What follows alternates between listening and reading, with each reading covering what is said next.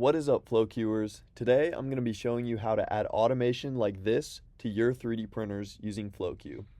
We recently began using this method in our own print farm and it over doubled our output while decreasing our workload. There are many different methods you can use to get auto clearing G-code in your printers, such as farm loop, swap mod, tilt kits, and other methods, all of which are compatible with FlowQ, but we decided to create our own to best fit our setup. The two methods we use are G-code modifications on our Bambu P1S printers, which knock our larger parts off the bed using the gantry, and the bed swap system, which is designed for our Bambu A1s. If you want more details on either of these bed clearing methods, we have free files and G-code downloads on our website. You can find the link for those in the description. Right now, I'm going to walk you through setting up G-code clearing, which is the most universal and can be done on almost any printer, but I'll be demonstrating with our Bambu P1S printers. Let's go ahead and open up the slicer and get started. I'm going to start off by making a new printer profile so I can save this and pull it back up next time I need auto clearing. The first thing we want to do is add a bed exclusion area.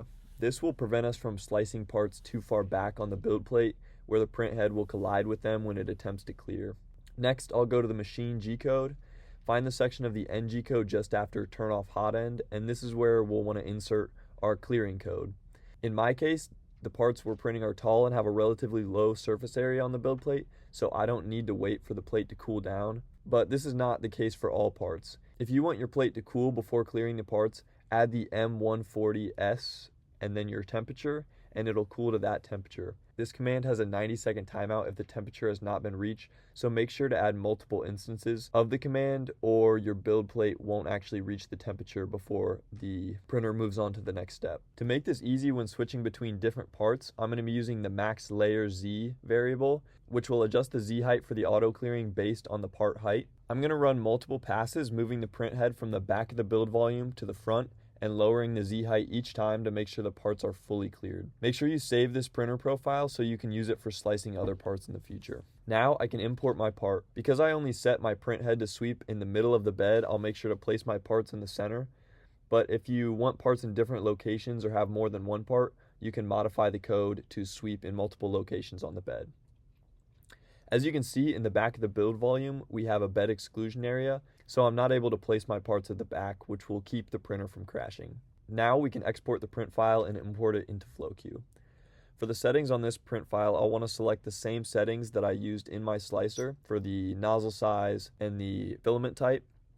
And then at the bottom, I want to make sure to check the box that says, does this file contain print ejection G-code? Now I'll complete the upload and find the file and add it to the queue.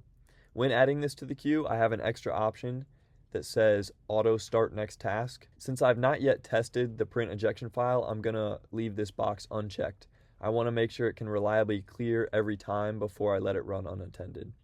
Now I'll add this to the queue and mark the printer as ready, and we'll test it out. As you can see, the print ejection G-code worked flawlessly. Now that I tested this, I feel comfortable going back into FlowQ and adding the file to the queue again, this time with the auto start next task selected.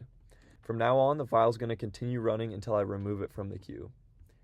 If you want a little more oversight of your automation, you can also leave the auto start next task unchecked, but still put multiple iterations in the queue.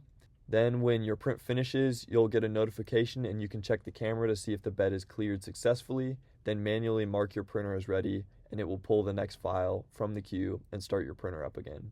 If you'd like more in-depth videos on how to set up auto clearing on any other printers or any other print farm related content, please let us know in the comments. Thanks for watching, and I'll see you next time.